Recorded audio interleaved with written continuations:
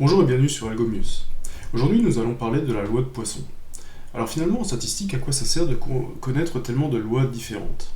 Eh bien, tout simplement, chaque loi va nous donner, va décrire une observation en particulier. Et en fait, plus on connaît de lois, plus on va avoir d'intuition quand on va avoir à trouver une loi théorique qui va représenter une observation ou une expérience empirique.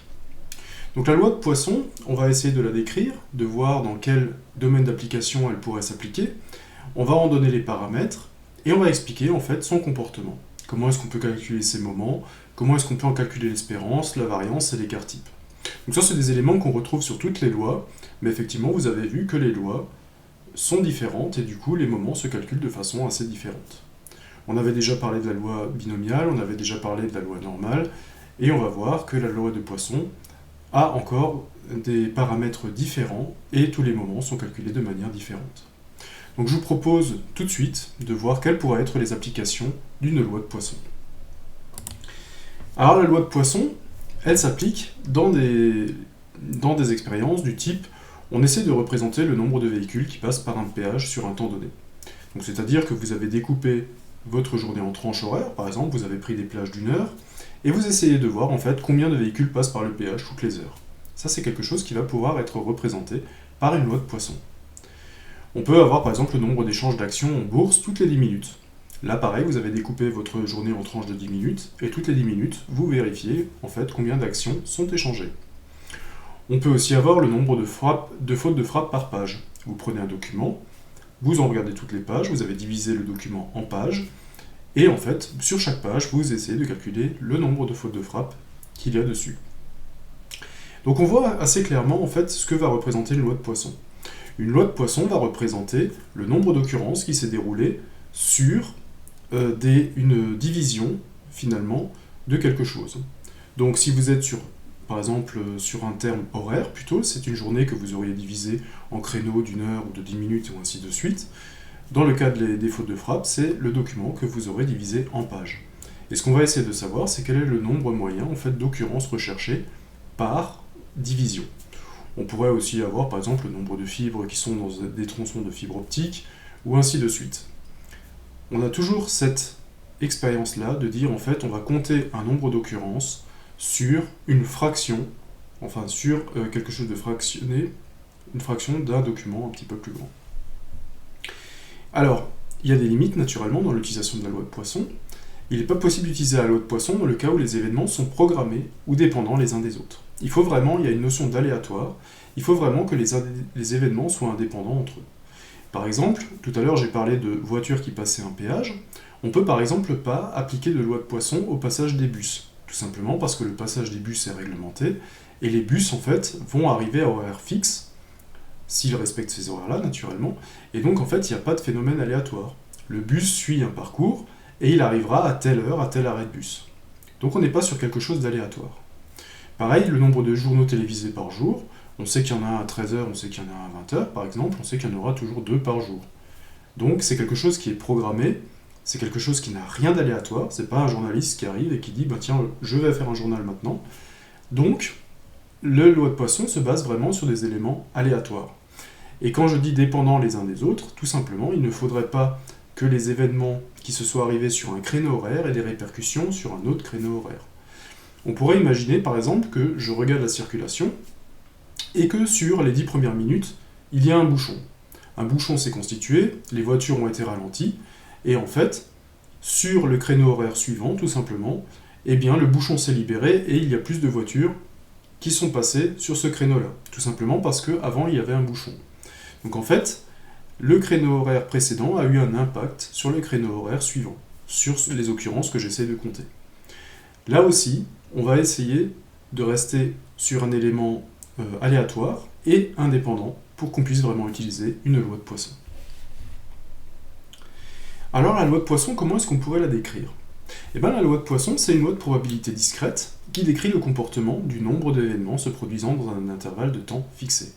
Alors on se souvient que les lois de probabilité discrète, ce sont des lois qui ont un nombre fini de valeurs. C'est un petit peu différent ici, puisqu'effectivement la loi de Poisson a effectivement un nombre infini de valeurs, potentiellement, mais elle est quand même discrète, puisqu'en fait, entre deux valeurs de probabilité, Par exemple, on peut avoir la probabilité que 2 voitures passent par le péage ou que 3 voitures passent par le péage. Vous voyez qu'on est sur des nombres entiers. On ne comptera jamais en fait la probabilité qu'on ait 2,3 voitures. Donc en fait, en cela, elle reste quand même une loi à probabilité discrète. Et donc, qu'est-ce qu'elle va faire? Elle va décrire les nombres d'éléments se produisant dans un intervalle de temps fixé. Alors si ces événements se produisent avec une fréquence moyenne connue, et indépendamment du temps écoulé depuis l'événement précédent.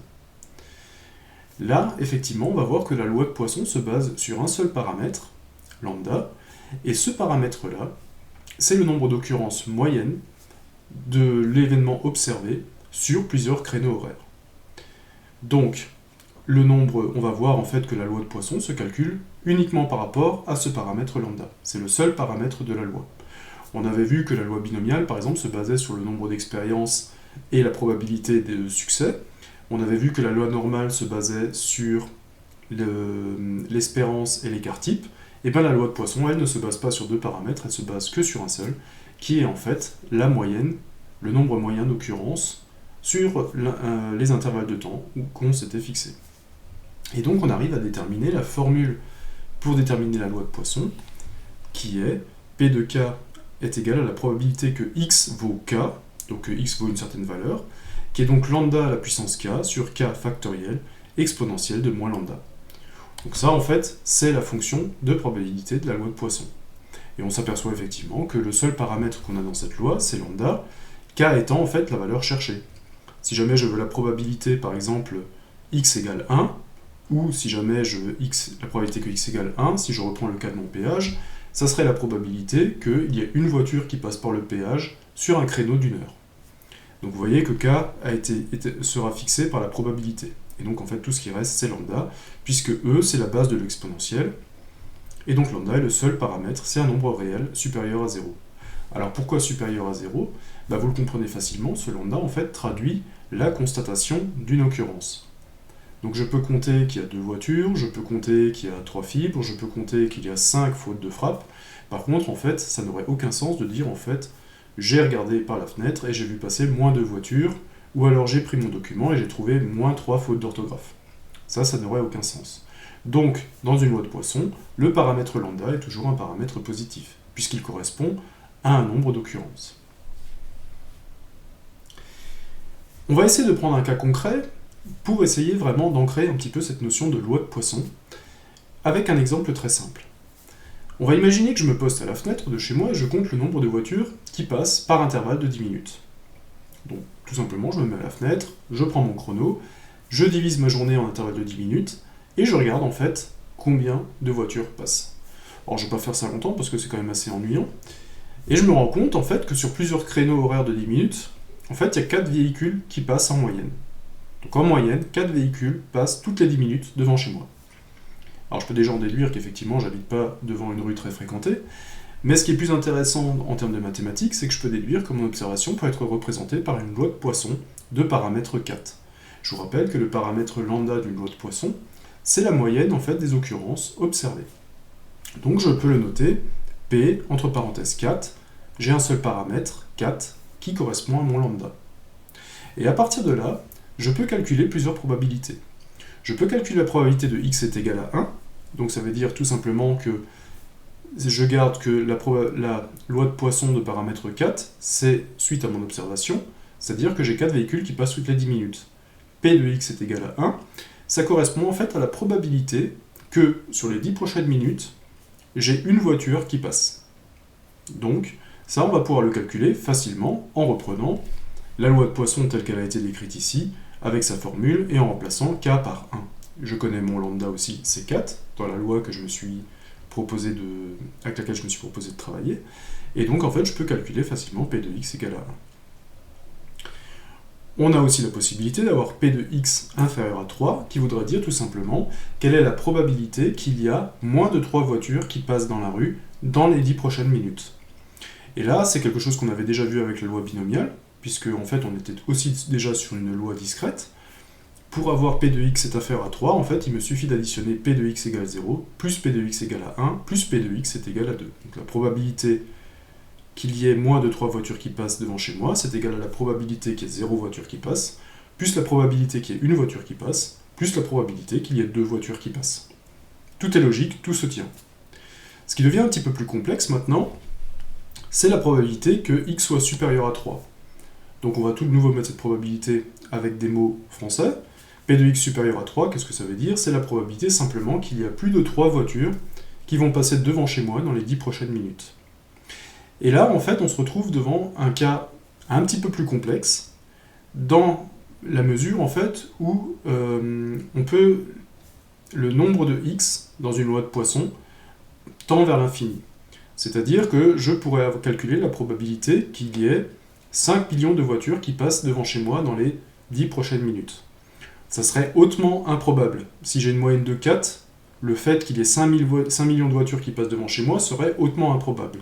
Mais cette probabilité pourrait exister en loi de Poisson. Alors elle serait très faible, ça serait du 0,000000 et ainsi de suite, mais cette probabilité n'est pas négligeable. Et donc quand P de x est supérieur à 3, je ne peux pas commencer à calculer P de x égale 4, plus P de x égale 5, plus P de x égale 6, et ainsi de suite, puisqu'en fait j'arriverai à calculer à l'infini. Alors c'est vrai que quand on arriverait sur des P de x égale 10 000 ou P de x égale 20 000, on serait sur une probabilité très faible et on pourrait dire que c'est négligeable. Mais on a une autre façon de s'en sortir, c'est de dire que finalement, la somme des probabilités des lois est toujours égale à 1. On l'avait vu avec le dé. Chacune des faces a 1/6 de chance de sortir, vous avez 6 faces, donc si vous multipliez 6 par 1/6, vous retrouvez à 1. Et ça, ce 1 correspond à 100% de la population, 100% des cas. Et donc, en fait, on va pouvoir se baser sur cette propriété-là pour finalement calculer notre P de x est supérieur ou égal à 3. Qu'est-ce que c'est finalement la probabilité qu'il y ait plus de 3 voitures qui passent devant chez moi? Eh bien, tout simplement, je vais prendre 1, c'est-à-dire que 100% des cas, et je vais enlever la probabilité qu'il y ait 0 voiture qui passe devant chez moi, puis je vais enlever la probabilité qu'il y ait une voiture qui passe devant chez moi, puis je vais enlever la probabilité qu'il y ait 2 voitures qui passent devant chez moi, et enfin je vais enlever la probabilité qu'il y ait 3 voitures qui passent devant chez moi. Et donc là, finalement, j'aurais réussi à faire tous mes calculs. Je pars 100% des possibilités, et j'enlève en fait, de façon négative, toutes celles que je ne veux pas avoir. Et celles que je ne veux pas avoir, c'est toutes les P de x inférieures ou égales à 3. Alors, ça c'est pour la théorie, mais est-ce qu'en pratique, est-ce que ça fonctionne? En fait, on va le vérifier tout de suite, et parce qu'avec un tableur, on va pouvoir rapidement faire tous ces calculs-là. Alors, on va juste prendre un petit peu de temps pour le paramètre, donc j'ai une loi de Poisson de paramètre 4, et on va essayer de calculer toutes ces probabilités-là. Donc je vais prendre mon tableur, je vais simplement prendre des valeurs, alors je vais partir de 0, et je vais tirer ça jusqu'à 50 à peu près, et ça va me donner en fait, je vais mettre 50, voilà, et ça va me donner en fait tous les cas de ma loi, tout simplement. Les P de x égale 1, P de x égale 3, P de x égale 0, et ainsi de suite. Là, j'ai créé tous les cas, c'est-à-dire les 0, 1, 2, 3, je les ai tirés jusqu'à 50, et on va essayer de représenter la loi de Poisson. Donc, il n'y a pas grand-chose de différent par rapport aux autres lois qu'on a déjà vues. En fait, on va utiliser la loi de Poisson, qui est directement dans Excel, loi Poisson, et qu'est-ce qu'elle va prendre comme argument? Eh bien, on va voir qu'elle prend déjà en argument la valeur de k, ou la valeur de x, c'est-à-dire la probabilité, dans le premier cas, que la probabilité qu'il y ait 0 voiture qui passe dans ma rue. Le deuxième argument est l'espérance. Donc l'espérance ici, c'est mon paramètre lambda. Donc ici, j'ai dit que j'avais une loi de Poisson 4. Et on a toujours cette fonction cumulative qui, pour l'instant, je vais mettre à faux, et on verra ensuite comment l'utiliser. Donc j'ai calculé ma loi de Poisson, et je la prends pour toutes les probabilités. Ce qu'on peut essayer de comprendre avec cette loi de Poisson, tout simplement, c'est quoi? C'est que si jamais j'ai constaté que j'ai une voiture, j'avais 4 voitures qui passaient par créneau de 10 minutes, quelle est la probabilité que j'ai, par exemple, une voiture qui passe dans les prochaines 10 minutes? Et bien tout simplement, cette probabilité est de 0,073, soit 7,3%. J'ai donc dans les 10 prochaines minutes 7,3% de chance d'avoir une voiture qui passe devant chez moi. Alors, on va voir d'autres choses qu'on avait déjà essayé de calculer. le P de x est inférieur ou égal à 3, et bien tout simplement, il me faut cumuler P de x égale 0, P de x égale 1 et P de x égale 2. Donc ça, c'est plutôt de la chance, je les ai déjà, P de x égale 0, P de x égale 1 et P de x égale 2. Il suffit que je fasse la somme de ces trois nombres, et je vais me retrouver avec quelque chose qui avoisine 23 ou 24%. Donc comment est-ce qu'on peut comprendre ça? Eh bien tout simplement, je vais avoir 24% de chance que dans les 10 prochaines minutes, j'ai moins de 3 voitures qui passent devant chez moi. Alors comment est-ce qu'on peut les calculer encore plus facilement? Vous voyez qu'il y a ce paramètre de cumulation dans la formule, que je vais mettre à vrai, et en fait, quand je mets le paramètre de cumul à vrai, qu'est-ce que cela va changer? En fait, au lieu d'avoir ici, alors qu'avant, ici, j'avais P de x égale à 2, donc du mon paramètre 2, ici, maintenant, ce que je vais avoir, c'est que je vais avoir un cumul, donc en fait, je vais avoir tout simplement P de x est inférieur ou égal à 2. Donc en fait, tout va se cumuler. Et donc si maintenant je veux avoir tout simplement ce que j'avais demandé ici, P de x inférieur à 3, et bien P de x est inférieur à 3, tout simplement c'est P de x est inférieur ou égal à 2. Ça c'est la même chose que P de x inférieur à 3. Ok, donc là je peux lire tout simplement que P de x est égal à inférieur à 3. Je retombe en fait sur mes 24%, 23,8%. Donc j'ai 23,8% de chance que sur les 10 prochaines minutes, en fait, j'ai moins de 3 voitures qui passent devant chez moi.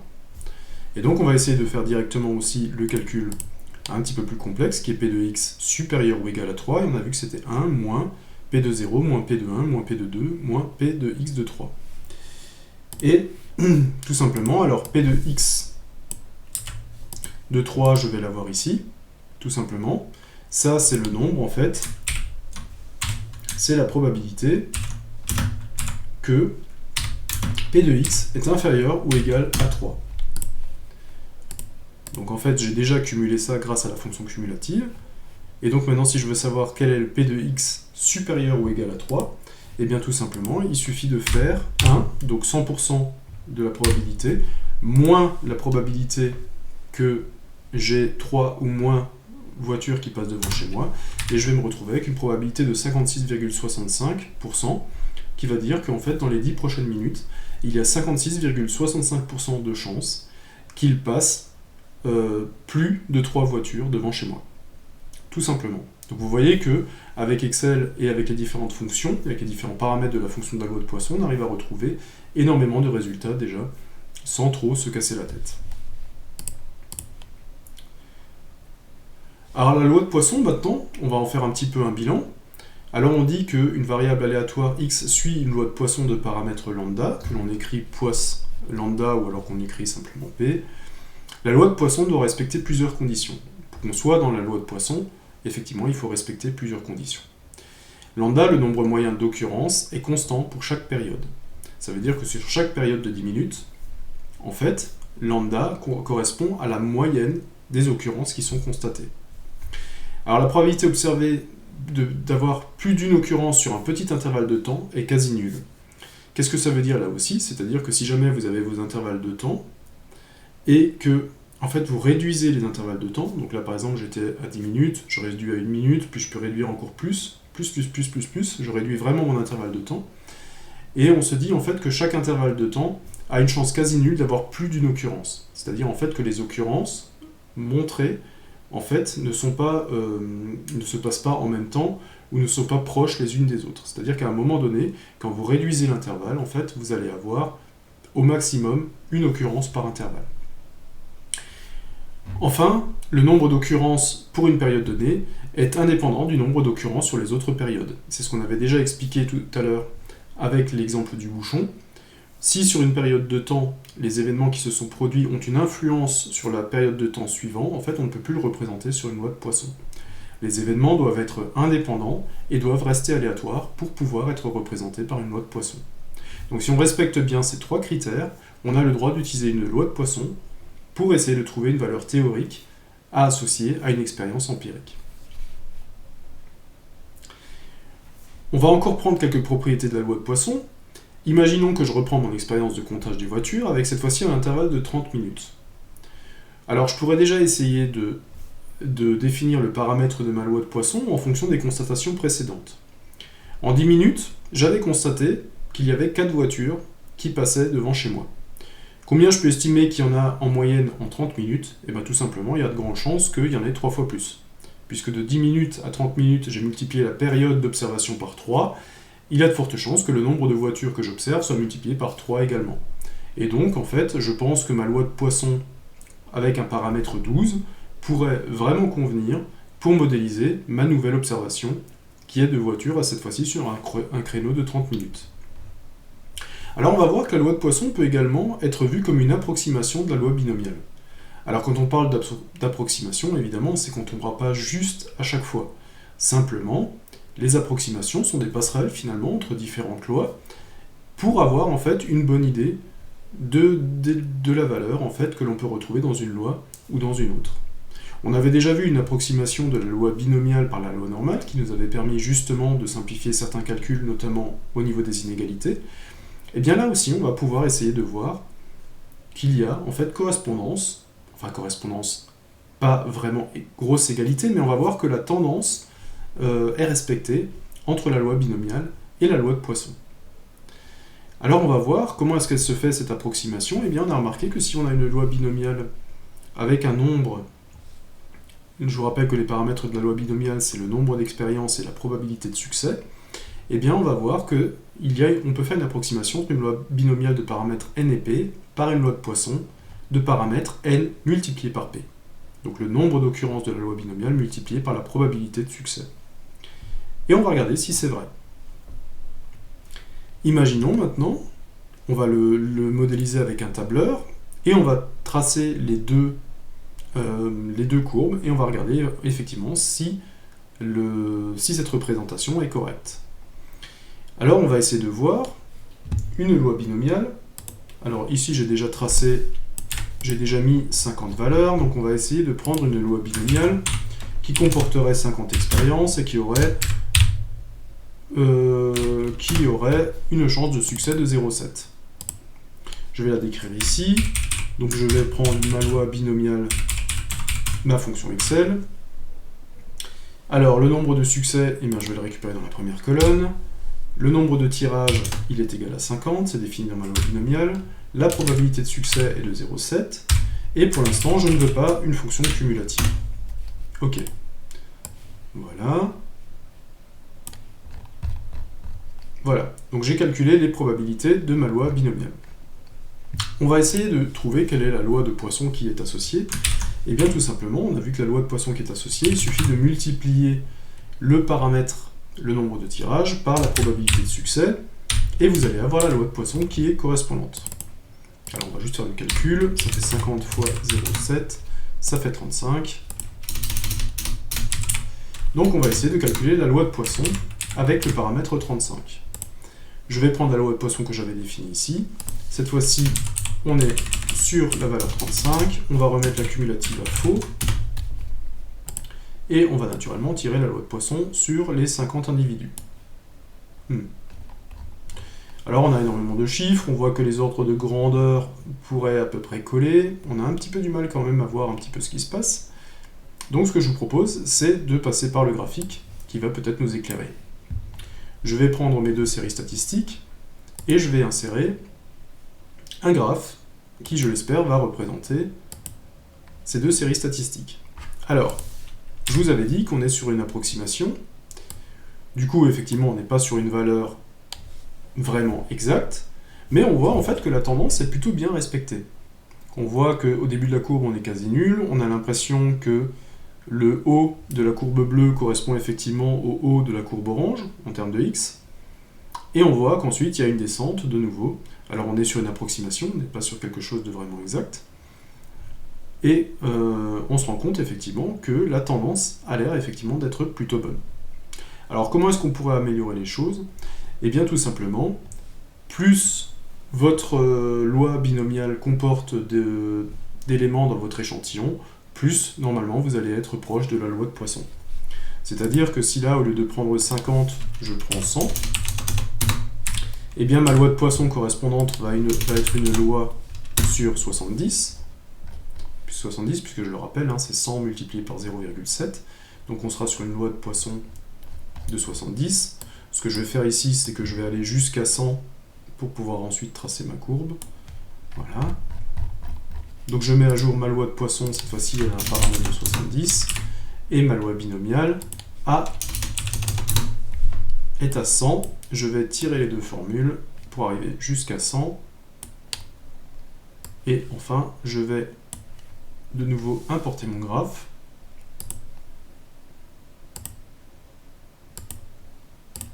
Donc ça, c'était l'ancien. Ça, c'est le nouveau. Et on s'aperçoit qu'on est en train, effectivement, d'être de plus en plus proche dans l'approximation. Bon, là, le graphique montre qu'on est encore assez loin, finalement. Après, les x ne sont pas non plus... on est vraiment sur du 0,1 là-haut. Encore une fois, on est sur une approximation. On n'arrivera pas sur une valeur exactement identique. Mais en fait, ça peut nous donner en fait, d'une bonne appréciation. Et pour ça nous permet finalement de passer d'une loi à une autre en ayant finalement une bonne approximation.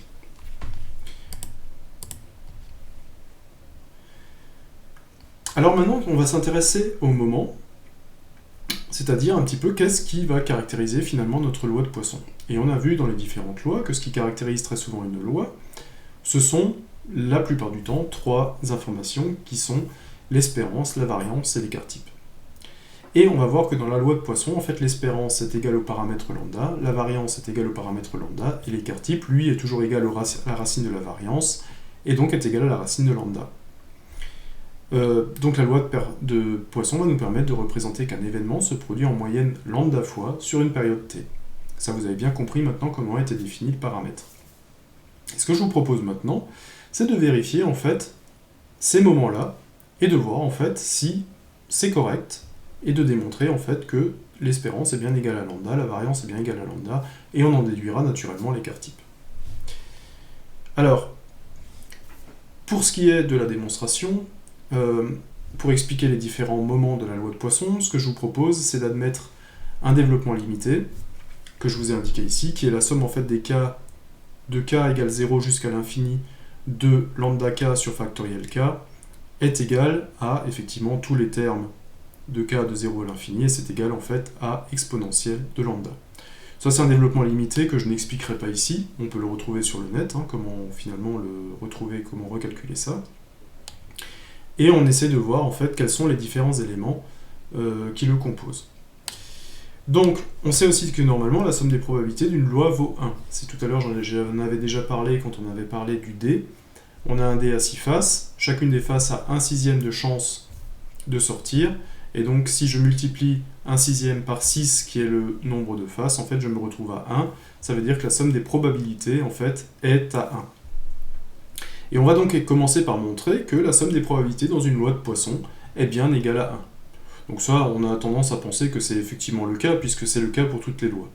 C'est-à-dire que si vous avez la chance d'avoir tel événement, plus la chance d'avoir tel événement, et que vous multipliez toutes les chances d'avoir tous les événements possibles, en fait, vous allez retomber sur 1, c'est que vous aurez concerné 100% de la population. Donc comment ça s'écrit? Tout simplement, on va chercher la somme pour k égale à 0 jusqu'à l'infini de la probabilité que x est égal à k. Cette fois-ci, en fait, vous voyez qu'on a l'infini, c'est-à-dire par rapport à une loi binomiale en fait, qui s'arrêtait au nombre de l'échantillon, là, on a une variable infinie, c'est-à-dire que là, on estime que la loi de Poisson, vers la droite, en fait, quand elle tend vers plus l'infini, en fait, va toujours déterminer une probabilité. À un moment donné, elle sera négligeable, hein, il n'y a pas de souci là-dessus, mais par contre, il y aura toujours une probabilité quand on va tendre vers l'infini. Donc on va essayer de grouper tout ça. Et c'est pour ça, justement, que j'ai besoin du développement limité, qui va, lui, me donner, justement, la valeur d'un terme à l'infini. Donc on va commencer par essayer de montrer que la somme des probabilités dans une loi de Poisson est égale à 1. Alors comment on va faire ça? Eh bien tout simplement, on va partir de l'écriture de la loi de Poisson. Alors, comment est-ce que j'ai fait pour en arriver là? Ce que je vous propose, c'est de partir effectivement de l'écriture de la loi de Poisson, et on va essayer de raisonner en termes mathématiques sur toutes ces écritures. Alors, je prends ma loi de Poisson et je vais utiliser l'éditeur de formules de Word qui est quand même plutôt sympa là-dedans. Je vais écrire un petit peu plus grand. que ce soit bien lisible. Ouais, voilà. Donc, qu'est-ce que je veux faire? En fait, je veux faire la somme de toutes les probabilités, donc toutes les valeurs que peut prendre k, telles que x est égal à k.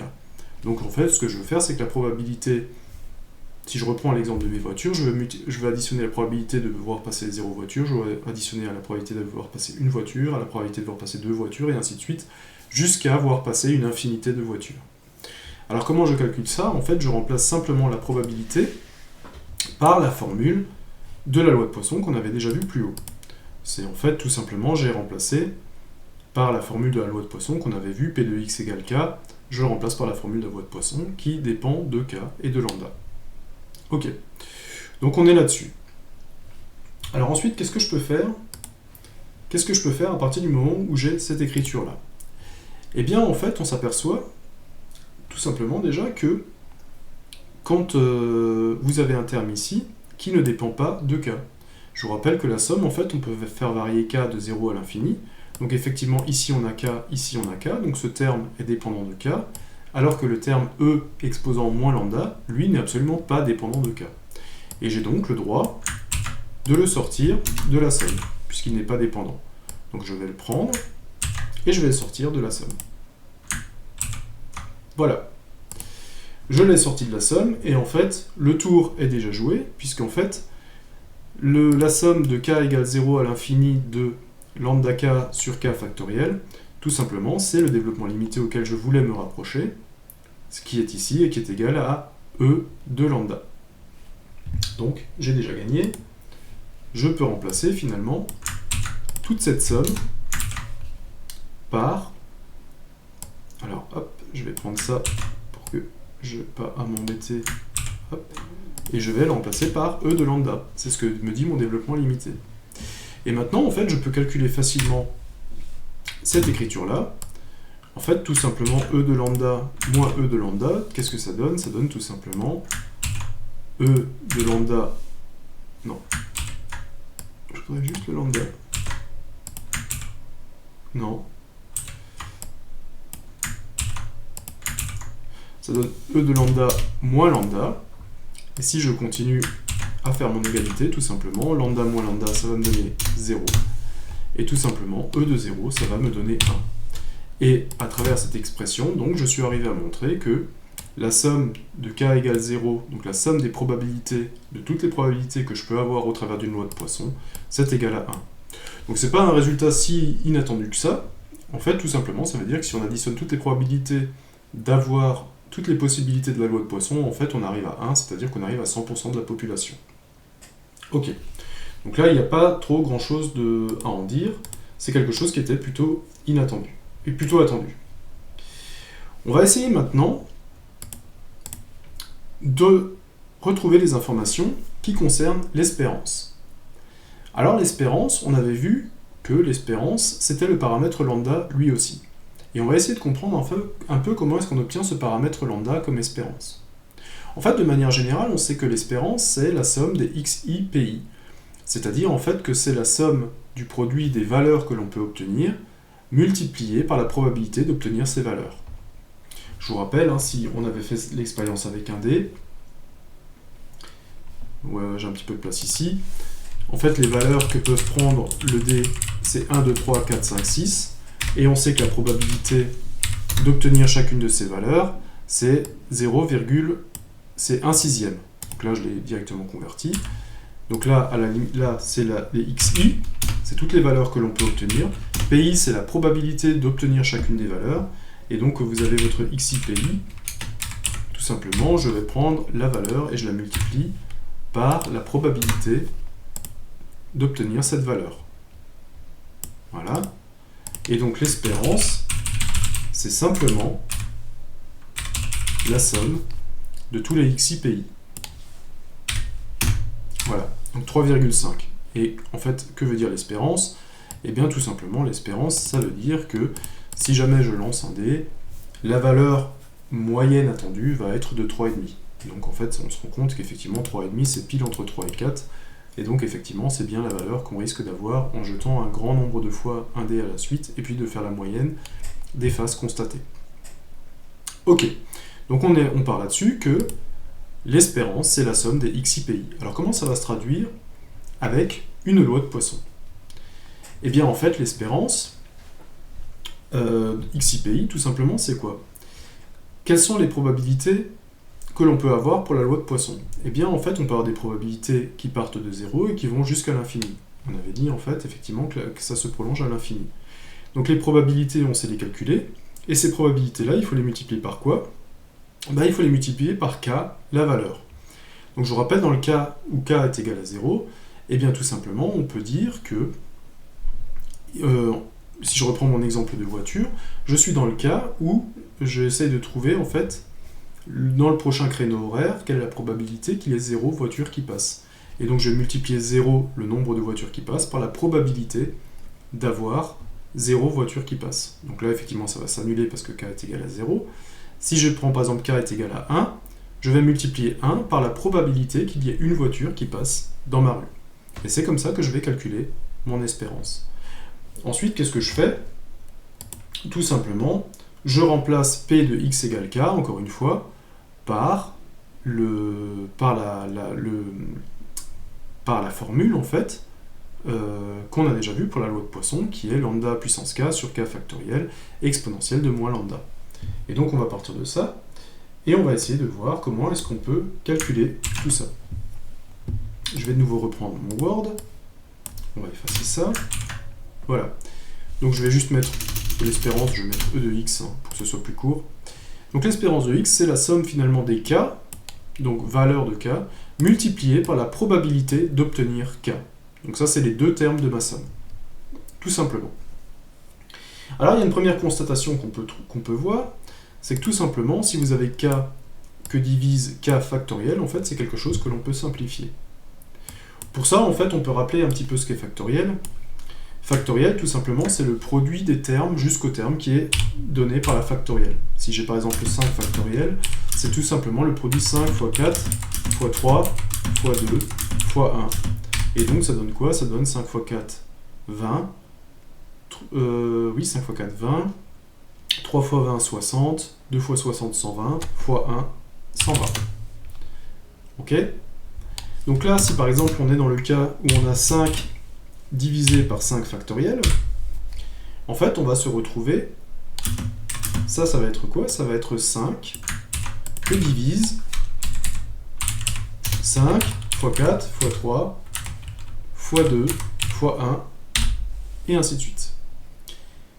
Oui, mais là vous voyez que là on a un produit dont un des termes est 5 et j'ai 5 également au numérateur. Donc là je peux simplifier par 5 et je me retrouve finalement avec 1 sur 1 fois 4 fois 3 fois 2 fois 1, donc je peux enlever le 1, et je me retrouve avec 1 sur 4 fois 3 fois 2 fois 1. Ah oui, mais d'accord, mais 4 fois 3 fois 2 fois 1, qu'est-ce que c'est? En fait, c'est le produit des termes, finalement, de 1 à 4. Et comment est-ce qu'on peut l'appeler? Eh bien, tout simplement, c'est 1 sur 4 factoriel. Donc, je peux simplifier par 5, et si je veux un petit peu généraliser le cas, eh bien, en fait, quand j'ai n sur n factoriel, en fait, je peux simplifier par, je simplifie le numérateur par n, donc j'obtiens 1, et le dénominateur, si je le simplifie par n, qu'est-ce que j'obtiens? En fait, j'obtiens n moins 1 factoriel. C'est exactement ce que j'ai montré ici. 4, c'est 5 moins 1 factoriel, parce que le plus grand terme du factoriel a été simplifié avec le numérateur. Donc, ça c'est une opération que je vais pouvoir faire. Il y a une autre opération que je vais pouvoir faire, c'est je dis que je prends k est égal à 0. Alors si je prends k égale à 0, ça veut dire que dans mon premier terme, en fait, k va valoir 0, et je vais multiplier tout le reste par en fait par 0. Et donc en fait mon premier terme n'existera pas. Donc la somme de k égale à 0 à l'infini, en fait c'est la même chose que si j'avais mis k égale 1 à l'infini. C'est exactement la même somme puisque le premier terme en fait vaut 0. Donc que j'ajoute le premier terme ou pas, finalement je vais arriver sur la même somme. D'accord. Donc là j'ai déjà résolu ce problème-là. Il y a autre chose que je peux faire, c'est que je m'aperçois de nouveau que ce produit-là, e exposant moins lambda, c'est quelque chose qui ne dépend pas de k. Il n'y a que k dans la somme. Donc j'ai le droit, ce terme-là, de le sortir de la somme. Je vais le prendre directement, pouf, et je vais le sortir de la somme. Donc, maintenant, ce que je vais faire, c'est que je vais simplifier mon cas par le factoriel. C'est ce qu'on a vu tout à l'heure. Et comment ça se simplifie? Et bien, tout simplement, on a vu que le numérateur devenait 1, et le dénominateur, lui, devenait k moins 1 factoriel. Donc là, j'ai simplifié par k. Et je me retrouve avec cette somme-là. De k égale à 1 avec ce produit-là. Alors je ne suis pas encore dans la forme de mon développement limité. Je ne suis pas encore dans la forme qui me permettrait de simplifier mon opération. Alors comment je peux m'en sortir là? En fait, ce que je vais faire, c'est que je vais faire un changement de variable, et on va poser j égale k moins 1, ou si vous voulez, vous préférez, k égale j plus 1. C'est équivalent, hein. C'est tout simplement que j c'est égal à k moins 1, ou alors que k est égal à j plus 1. Et je vais remplacer k. Alors, où est-ce que j'ai k? Si je prends mon information, eh bien j'ai déjà k dans la somme. Donc ça veut dire que si k est égal à j plus 1, ça veut dire tout simplement que mon j va recommencer à 0 pour la première modification. Ici, k, je vais le remplacer par j plus 1. Et ici, k, je vais le remplacer par j plus 1. Sauf qu'ici, en fait, je me retrouve avec j plus 1 moins 1. Donc en fait, plus 1 moins 1 va s'annuler. Et je vais me retrouver avec cette écriture-là. Donc lambda puissance j plus 1 sur j factoriel. Donc ça, j'ai le droit de lui donner une autre forme. Qu'est-ce que c'est en fait lambda j plus 1? Encore une fois, ça c'est quelque chose, si vous avez quelque chose, par exemple à la puissance, j'ai par exemple a que je mets à la puissance n plus 1, et bien ça en fait c'est égal à quoi? Ben, c'est égal à a puissance n, que l'on multiplie encore une fois par a, tout simplement. Donc par a puissance 1 si vous voulez. Donc en fait j'ai le droit d'écrire que j'ai le droit de diviser la somme des puissances en un produit de puissance. Donc c'est ce que je vais faire ici. Je vais reprendre ça. Et je vais dire en fait que lambda j puissance 1, alors là il faut que je sois un peu précis, c'est en fait, c'est multiplié par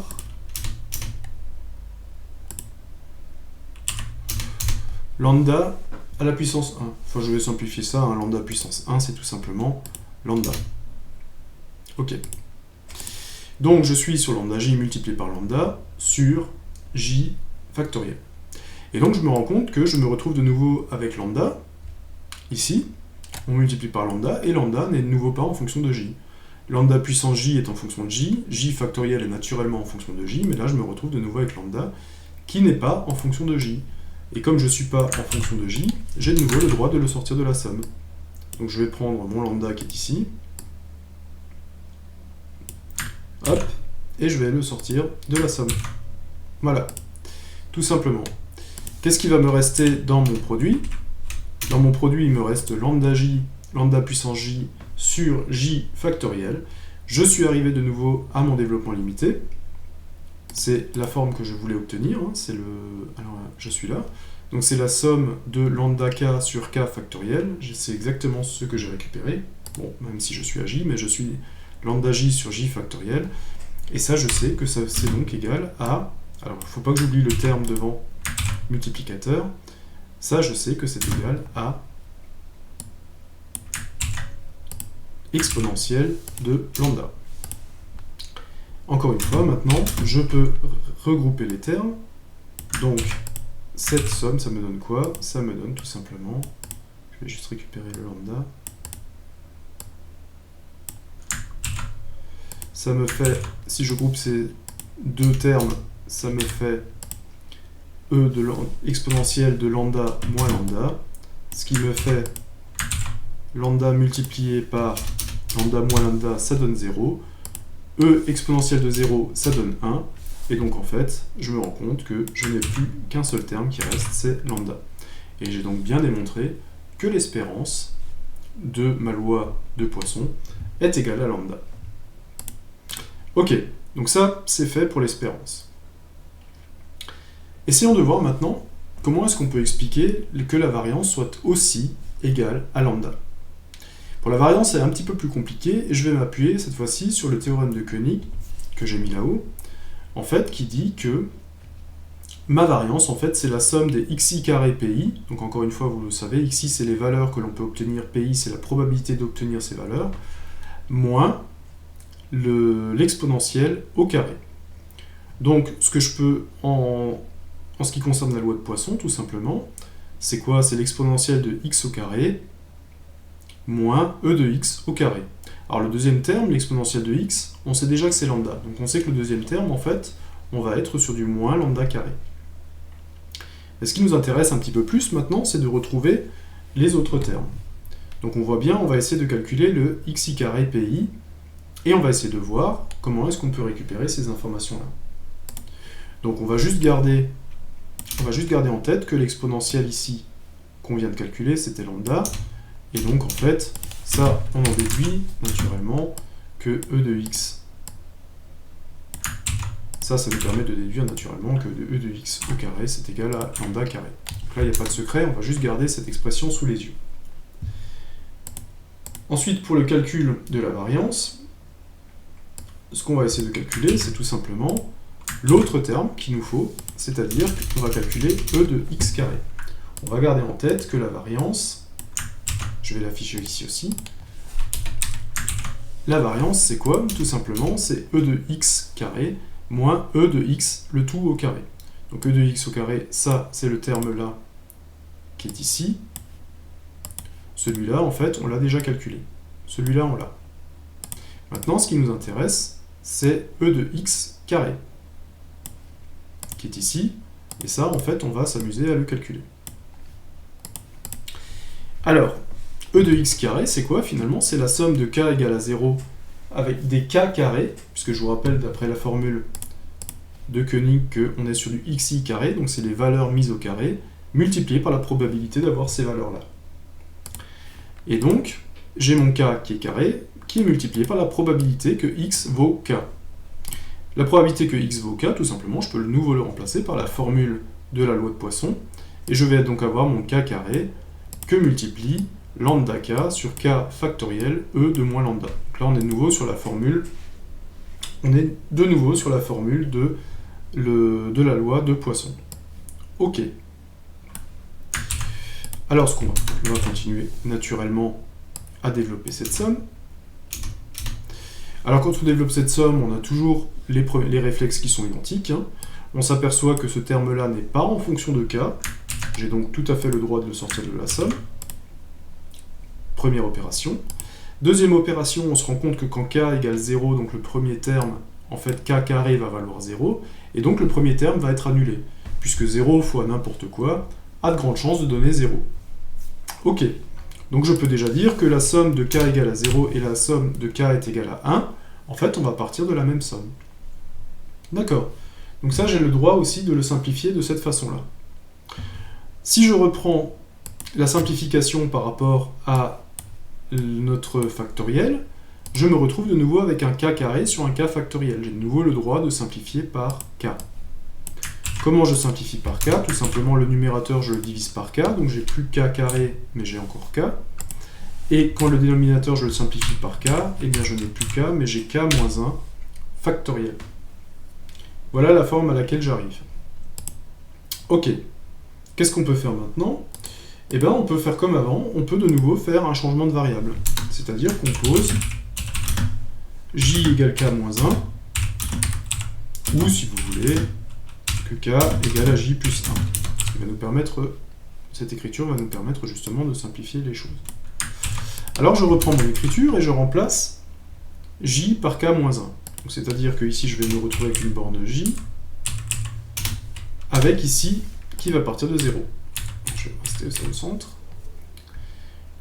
Ici, mon k qui est ici, je vais le remplacer finalement par j plus 1.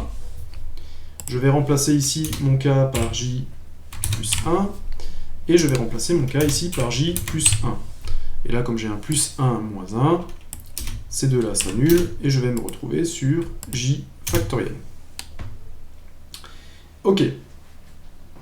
Donc, à partir de ce moment-là, qu'est-ce que je peux faire? Eh bien, je peux me rendre compte, tout simplement, que là, j'ai un produit, et ce que je vais faire, c'est que je vais développer mon produit. Alors, comment je peux développer mon produit? Eh bien, tout simplement, ça c'est vraiment du développement par rapport à une multiplication, hein. J'ai j plus 1, donc le premier terme que j'ai ici, je vais le garder. D'un côté, je vais multiplier par j. Donc on aura j multiplié par ça. Et de l'autre, en fait, on aura 1 multiplié par ça. J'ai simplement, en fait, développé ma multiplication. Donc le 1 fois, je ne vais pas le garder, hein, puisque effectivement, 1 fois, c'est exactement la même chose que si on avait finalement gardé juste l'équation qui était comme ça. Ok. Alors qu'est-ce qu'on peut faire de plus à ce niveau-là? Eh bien, on va se rendre compte déjà qu'on a de nouveau des propriétés sur les puissances. Et on avait dit que a puissance n plus 1, c'était a puissance n que l'on multipliait encore une fois par a. Donc on a tout à fait le droit de prendre cette expression-là et de dire tout simplement, on va sortir le plus 1 ici. Qu'est-ce que ça veut dire le sortir? Ça veut tout simplement dire que je vais prendre mon lambda qui est ici, je vais le mettre là, et je vais dire en fait que cette écriture est équivalente à lambda j que multiplié encore une fois lambda. Et je vais faire exactement la même chose de l'autre côté. Ok. Et donc je me retrouve en fait avec deux expressions qui sont multipliées par lambda et qui ne sont plus dépendantes de j. C'est-à-dire que là, je multiplie par lambda ce terme-là, je multiplie par lambda ce terme-là. Donc ce que j'aurais le droit de faire, finalement, c'est de dire tout simplement, je peux mettre lambda en facteur de tout ça. Je sors lambda d'ici, je sors lambda ici, je termine ma parenthèse là, et je me retrouve en fait avec un lambda qui n'est plus dépendant de j. Donc j égale 0 à l'infini, en fait, on ne fait plus bouger lambda. Et donc j'ai le droit de prendre ce lambda-là et de le sortir finalement de ma somme. Voilà, donc je me retrouve avec effectivement mon lambda qui est sorti, et je me retrouve avec une somme de deux termes. Alors cette somme de deux termes, j'ai le droit de l'écrire de façon un petit peu différente. J'ai le droit, en fait, de dire que la somme de deux termes, c'est aussi la somme des termes. Comment est-ce que je peux représenter ça? Tout simplement, je vais prendre que cette somme-là... Non, alors c'est un petit peu compliqué de prendre juste ce que je veux.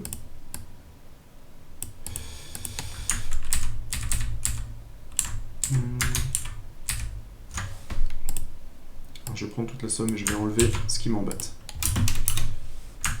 C'est peut-être plus simple. Je peux écrire cette somme en fait de cette façon-là. C'est tout simplement, j'ai gardé le premier terme d'un côté et je garde le deuxième terme de l'autre. Alors là, j'ai quelque chose de déjà intéressant, c'est qu'en l'écrivant comme ça, je me retrouve déjà de nouveau avec mon développement limité auquel j'essaye d'arriver. Vous vous souvenez toujours de cette formule, à partir du moment où on a la somme de lambda k sur k factoriel, ça c'est égal à exponentielle de lambda. Bah, c'est exactement ce que j'ai ici, et c'est ce qui va me permettre justement de simplifier les choses. Donc là, je suis à lambda j sur j factoriel, et bien tout ça, je sais que c'est e de lambda. Alors est-ce que je l'ai quelque part? Ouais, je l'ai là avec un moins. Tout ça, c'est e de lambda. Donc on a déjà simplifié pas mal de choses.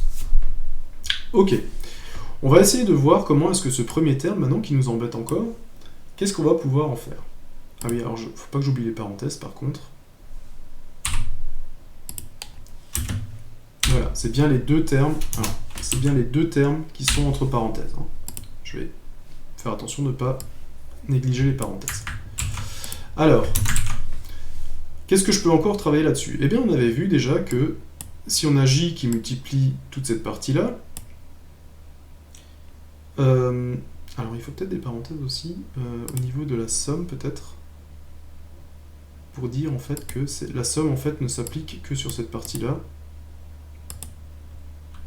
Donc je vais encore mettre des parenthèses ici pour être vraiment très clair. Donc la somme, en fait, ne participe que sur le premier terme. Le reste, on l'a simplifié. Donc, j'avais vu aussi que si j est égal à 0, multiplié par n'importe quoi, ça va donner 0. Donc pour les mêmes raisons, en fait, on va pouvoir commencer j à 1 également. Ok ? Et là, en fait, on sent bien venir comment ça va terminer. Ça va terminer exactement de la même façon que ce qu'on avait déjà fait. Ici, je peux aussi simplifier j et j sur j factoriel, ça on l'avait vu. Donc le dénominateur devient 1, et le numérateur devient j moins 1 factoriel. Alors le numérateur qui devient 1, une fois, on va l'enlever pour simplifier les choses. Et on se retrouve avec j égale à 1 sur lambda j sur j moins 1 factoriel. Et bien là, on va de nouveau poser, une nouvelle fois, un changement de variable. Cette fois-ci, on va appeler par exemple, on pose i égale j moins 1. Ou j égale à i plus 1. Ça me permet en fait d'écrire les choses plus facilement. Alors, comment est-ce qu'on va remplacer tout ça? On va le remplacer tout simplement en disant que là, déjà, je vais remplacer i qui est égal à ici. Comme i est égal à j moins 1, en fait, je vais me repartir de nouveau de 0. J, je sais que c'est i plus 1. Je sais que j, c'est i plus 1. Là, je me retrouve dans le cas où j'ai moins 1 plus 1. Donc, il me reste au dénominateur seulement i. Voilà. Et encore une fois, ça va me simplifier énormément de choses. Tout simplement, cette expression, je vais la reprendre là-haut. Qu'est-ce que ça va donner cette expression-là? Tout simplement, j'ai de nouveau le droit de dire que lambda puissance i plus 1, c'est tout simplement lambda fois lambda i. Puisque maintenant j'ai le facteur lambda qui n'est plus dépendant de i, donc j'ai le droit de le sortir de la somme. La somme fait varier i, donc i factoriel ça dépend de i, lambda puissance i ça dépend de i, mais seulement lambda, ça ne dépend plus de i. Donc j'ai de nouveau le droit de prendre mon lambda et de le sortir de la somme. Voilà. Et là j'ai pratiquement fini, puisque je me retrouve de nouveau dans le cas où j'ai une somme de i égale 0 à l'infini de lambda i sur i factoriel, et ça on a vu, par le développement limité qu'on avait adopté au départ, que finalement cette somme, alors, non,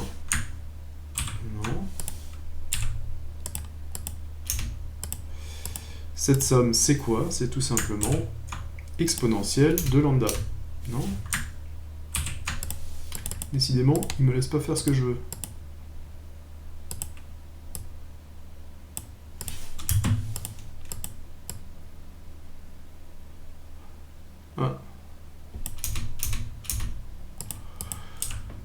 Bon, on va pas se fâcher longtemps avec cet éditeur. On va essayer de le... Alors, on ne peut pas le réécrire. Donc ça, je vais déjà essayer de laisser tomber les parenthèses. Je sais pas pourquoi je peux pas me passer de cette somme-là. On va essayer de le réécrire en dessous. Non. Donc on se retrouve avec moins lambda et on se retrouve avec effectivement... Voilà. Donc on se retrouve avec... Est-ce que j'ai tout bon? Ouais, c'est ça. Donc je me retrouve effectivement avec... Donc ça je vais l'enlever. Après avoir simplifié, je me retrouve dans cette écriture-là, tout simplement.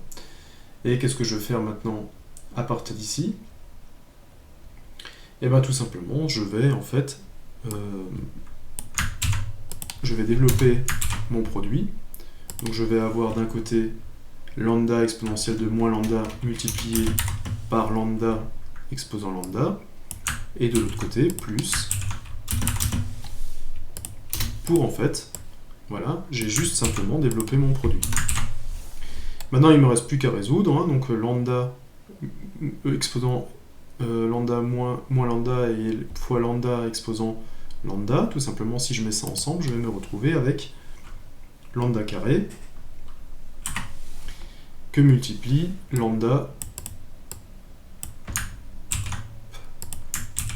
moins lambda. Donc ça, c'est pour la première partie. Et la deuxième partie, je vais simplement multiplier encore une fois par g du moins lambda et g du lambda, que je peux écrire comme ça. Et donc, tout simplement,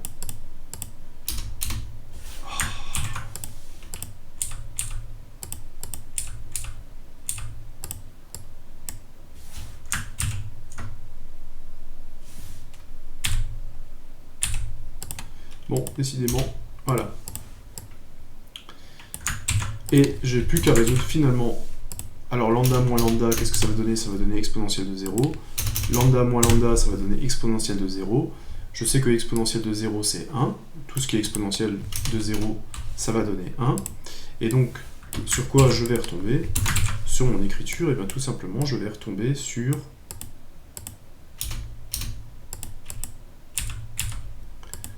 Je vais retomber tout simplement sur... Je bataille un petit peu avec... Voilà, je vais tout simplement retrouver sur lambda carré plus lambda. Et donc, ce que j'avais cherché pour ma variance, je le rappelle, c'est tout simplement que j'avais cherché e de x carré moins e de x le tout au carré. Donc j'ai trouvé e de x carré ici, il suffit que je le remplace, boum, et e de x, je l'avais déjà calculé ici, c'était lambda carré. Voilà. Et donc en fait, je me retrouve avec lambda carré moins lambda carré, et donc je me retrouve de nouveau avec une variance qui est égale à lambda. Et donc on a montré, maintenant, les moments, on a montré que la variance et que finalement l'espérance, dans une loi de Poisson, les deux étaient égales à lambda. J'espère vous avoir démontré ça à l'aide de tous les calculs qui étaient nécessaires. Donc voilà un petit peu la présentation de cette loi de Poisson. Donc on a vu que la loi de Poisson pouvait servir justement à représenter des événements qui avaient un nombre d'occurrences dans des laps de temps donnés. Et on avait vu que cette loi de Poisson est définie principalement par un paramètre lambda, qui est justement la moyenne des occurrences qui sont constatées par laps de temps. On a vu dans quelle situation on pouvait utiliser une loi de Poisson, quelles sont les expériences empiriques qui pouvaient justement retrouver des valeurs théoriques dans la loi de Poisson. Et on a essayé de démontrer aussi quelles sont les caractéristiques de la loi de Poisson. On a vu comment la représenter avec Excel, on a vu comment la représenter avec une fonction, comment en déduire les différentes probabilités, et on a aussi vu comment calculer l'espérance et comment calculer la variance dans une loi de Poisson. Et pourquoi cette espérance et cette variance est égale à lambda. Alors on n'a pas vu comment calculer l'écart type, mais l'écart type c'est toujours la racine carrée de la variance, et donc l'écart type c'est la racine carrée de lambda. Donc une nouvelle loi en fait qui rejoint notre boîte à outils aujourd'hui, et qui va nous permettre justement, une fois de plus, d'appliquer des valeurs théoriques à des expériences pratiques que l'on pourrait observer. Donc je vous donne rendez-vous à très vite pour continuer à explorer d'autres lois encore, et de remplir de plus en plus notre boîte à outils. À bientôt!